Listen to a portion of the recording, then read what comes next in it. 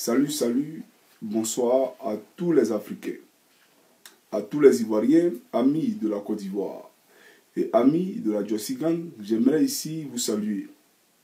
Je suis Johnny Pacheco de la Djossi Gang. Et cette vidéo, c'est pour m'adresser au peuple de Côte d'Ivoire. J'aimerais tout d'abord vous souhaiter un excellent week-end et aussi souhaiter un excellent week-end à tous mes camarades africains.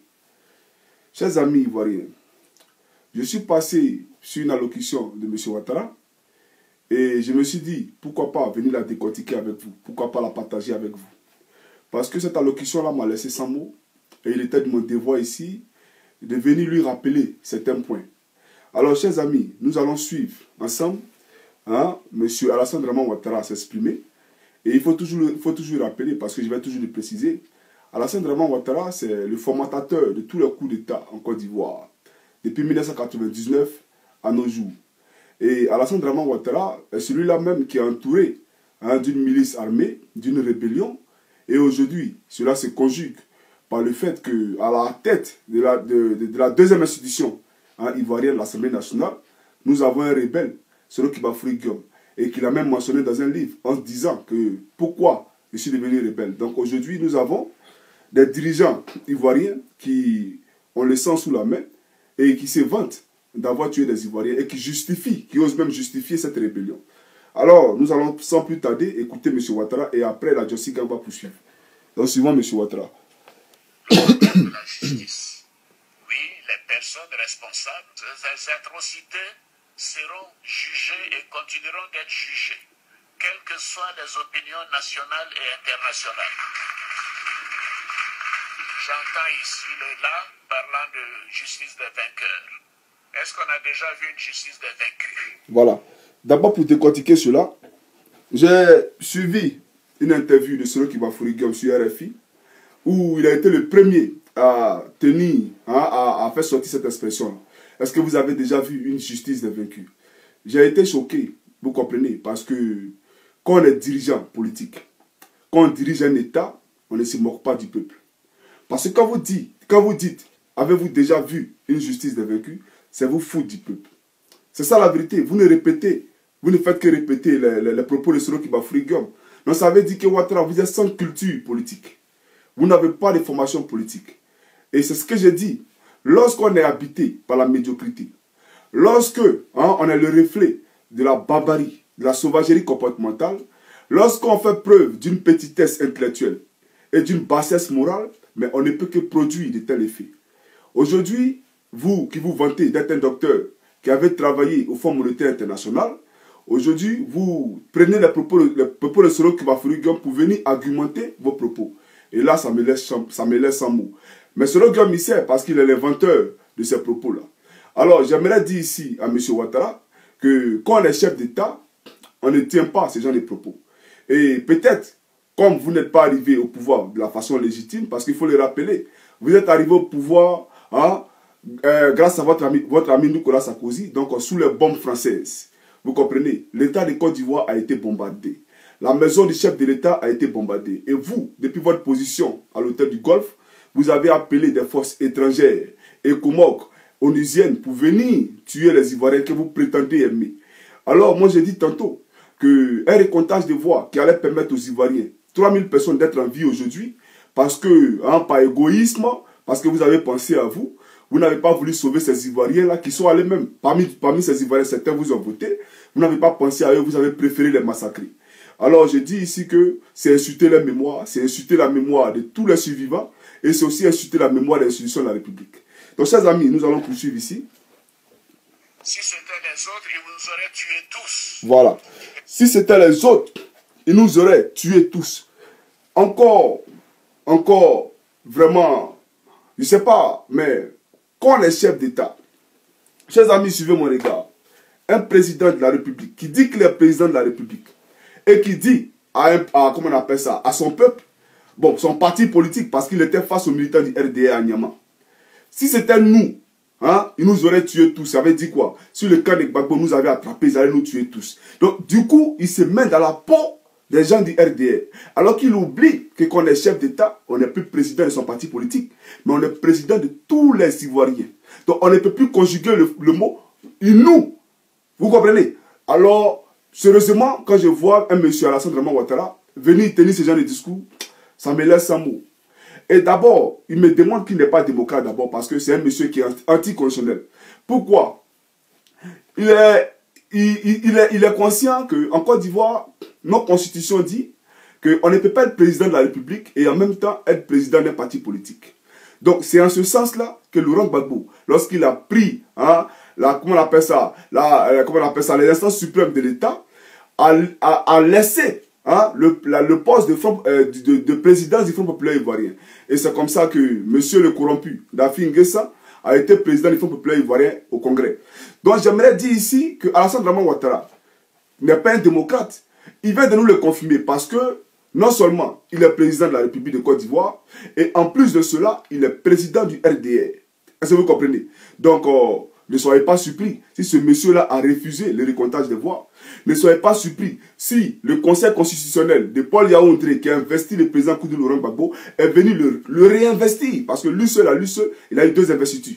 Une investiture à la République hôtelière du Golfe et une investiture au palais présidentiel. Donc, nous interrogeons qui est cet homme qui se réclame tant, hein, être un démocrate et qui tient ce genre de propos-là. Alors, je suis écœuré, mon cœur est en pleurs. Hein? On pleure pour les Ivoiriens, parce que moi je vis bien ici. Mais on pleure pour les Ivoiriens.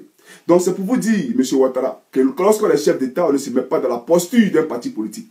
On se met dans la posture de tout le peuple. Parce que vous êtes la compilation de tous les Ivoiriens. Et c'est ça la vérité. En vous, les Ivoiriens doivent se reconnaître. Parce que vous êtes le miroir de la société ivoirienne. Donc aujourd'hui, quand vous stigmatisez un clan et vous vous reconnaissez d'un autre clan, mais du coup, l'autre clan se sent, hein, lésé, et se sent, comment on appelle ça, oublié, et du coup là, ça crée un caractère, ça crée, comment on appelle ça, une atmosphère, hein, bon, je peux dire conflictuelle entre les communautés, vous comprenez, et ça fait que les gens se regardent, hein, en chien de faïence, par méfiance, parce qu'on sait du coup que le président de la République a déjà un parti pris. Et c'est vraiment dommage pour un monsieur qui se réclame être démocrate, être, hein, président de la République de Côte d'Ivoire. Alors, chers amis africains, nous allons poursuivre encore. Nous suivons ici. Le fait qu'on les juge montre que nous sommes une démocratie, que nous sommes un pays de droit. Nous allons continuer de juger ceux qui ont commis ces crimes. Mais ils doivent être jugés en Côte d'Ivoire. Personne n'ira à la CPI. Personne. Nous jugerons toutes les personnes ici en Côte d'Ivoire. Parce que nous en avons la capacité. Nous voulons montrer que nous sommes un pays moderne, un pays de droit et un pays de justice. Voilà. Donc, chers amis, vous comprenez, ça c'est purement et simplement de la comédie. Je vais le démontrer maintenant. Parce que c'est justement pour la partie là que j'ai fait cette vidéo. Vous savez, Gbagbo Laurent, le président Gbagbo Laurent a été kidnappé à son domicile et remis aux forces des rebelles de Ouattara le 11 avril 2011. Et Gbagbo Laurent a été déporté à la Cour pénale internationale. Gbagbo Laurent a été arrêté au même moment que son épouse. Son épouse actuellement, hein, dans une prison à Odiéné, je ne sais où. Mais c'est pour vous dire quoi? Quand on déportait Gbagbo Laurent, Mme Simone Gbagbo, la femme de Gbagbo Laurent, était en Côte d'Ivoire. Et Blé Goudé, le ministre Blé Goudé, qui a été kidnappé en Afrique, au Ghana, et ensuite extradé en Côte d'Ivoire pour être déporté à La Haye, ce monsieur-là, on l'a déporté pourquoi? Parce qu'au même moment qu'on n'a pas voulu déporter Mme Gbagbo, au même moment qu'on a gardé Mme Gbagbo, qu'on trouvait que les infrastructures, hein, en tout cas judiciaires, étaient compétentes, en tout cas appropriées pour juger Mme Gbagbo, on pouvait juger Blé Goudé en Côte d'Ivoire aussi. Parce que si on devait extrader quelqu'un en premier à la Cour pénale internationale, je suppose que ça devait être Mme Gbagbo. Parce que c'est elle qui était en Côte d'Ivoire, c'est elle que Blé Goudé est venu trouver là. N'est-ce pas? Mais vous la laissez et vous prenez Blé Goudé, vous l'extradez. Pourquoi? Qu'est-ce que ça cache aux Ivoiriens? Ça cache aux Ivoiriens le simple fait que Blé Goudé vous dérange. Laurent Gbagbo vous dérange et vous avez écarté vos adversaires politiques. C'est tout, la vérité. Et c'est ça, chers Ivoiriens, ne vous trompez même pas. Voilà. Aujourd'hui, on veut faire croire aux gens que oui, nous avons les infrastructures, nous avons ceci pour juger. Non. Mais vous aviez ces trucs pour juger là. Blé Goudé, vous l'avez installé. Pourquoi? Puisque au moment où Blé Goudé était en Côte d'Ivoire, la justice pouvait être compétente pour le juger. Donc vous l'avez installé en Europe. Pourquoi? Nous voulons savoir. Donc prenez les gens au sérieux. Et vous dites que personne n'ira à la CPI. Pourquoi? Pourquoi personne n'ira à la CPI? Bon, ok, citez-nous dans vos rangs là, au plan national, qui a comparu devant les tribunaux nationaux? Dans vos rangs, qui a comparu devant les tribunaux nationaux? Personne. Vous n'êtes pas inquiété. Vous-même, Ouattara, vous êtes un chef de guerre. Vous êtes un criminel. En 2002, souvenez-vous, que vous avez fait plus de 12 000 morts avec la complicité de votre ami Blaise Compaoré. Et je tiens à dire à mes camarades burkinabés ici que je m'adresse à Blaise Compaoré, je ne parle pas de vous. Nous sommes des frères, je m'adresse ici à Blaise Compaoré. Donc, Alassane Draman Ouattara, avec la complicité de Blaise Compaoré, vous avez contribué à tuer plus de 12 000 Ivoiriens. Donc, vous êtes un chef de guerre, vous êtes un criminel. Vous êtes un génocidaire parce que vous avez génocidé les Ivoiriens. Vos amis là, les Solo Kibafoury Guillaume, les Ouattao là, ont cambriolé la BCAO, ont commis un crime économique contre la BCAO. Mais aujourd'hui, hein, ils sont là. Ouattao, il a une plage privée en Côte d'Ivoire, il roule dans les Maserati, plus de 1000 voitures lui seul. Mais aujourd'hui, là, citez-nous, parmi ces gens-là qui a comparé devant la Coupe internationale. Alors, nous vous disons simplement qu'arrêtez votre démagogie, arrêtez votre comédie. Vous, là, c'est vous qui avez montré la route de la Coupe internationale aux Africains. Donc, vous allez aller à la Coupe internationale pour nous expliquer, autrement dit, ramener Gbagbo Laurent, puisqu'aujourd'hui, la justice ivoirienne est compétente pour le juger.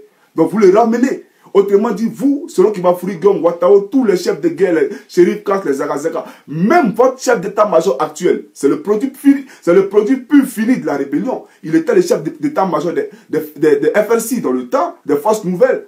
Alors, Ouattara, vous êtes entouré de rebelles. Et aujourd'hui, vous voulez les protéger. Mais au moins, sur le plan national, si un avait comparé, on pouvait dire, oui, Ouattara hein, est un auxiliaire de justice. Ouattara est en train de, en tout cas, faire promouvoir l'état des droits en Côte d'Ivoire. Mais aujourd'hui, nous constatons que c'est un fiasco. Nous constatons que, hormis le fait que vous n'avez pas pu réconcilier les Ivoiriens, mais Ouattara, vous êtes un monsieur qui contribue hein, comment on appelle ça, à diviser, hein, à fragmenter le tissu social en Côte d'Ivoire. Et je suis désolé. La CPI, là, vous devez goûter la CPI. C'est une réalité. Suivez-moi cette vidéo, je vais vous montrer quelque chose.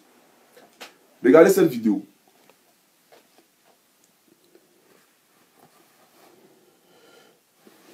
Problème de réseau, on va chercher, c'est pas grave. J'ai encore le temps. Je suis à 12 minutes. Mais bon, on va aller rapidement.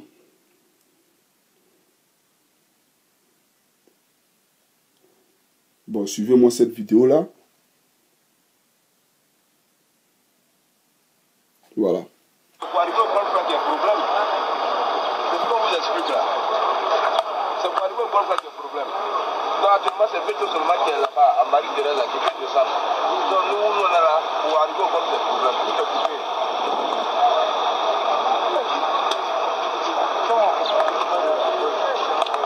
Allô? Voilà, c'est très dit là. Voilà. Attends, écoutez encore. Voilà, si c'est propre au niveau de la DE, vous nous expliquez à D, passer par la maison là. Voilà ce qui fait l'ambassade là. S'ils peuvent regarder que c'est propre, vraiment, on peut passer. Voilà.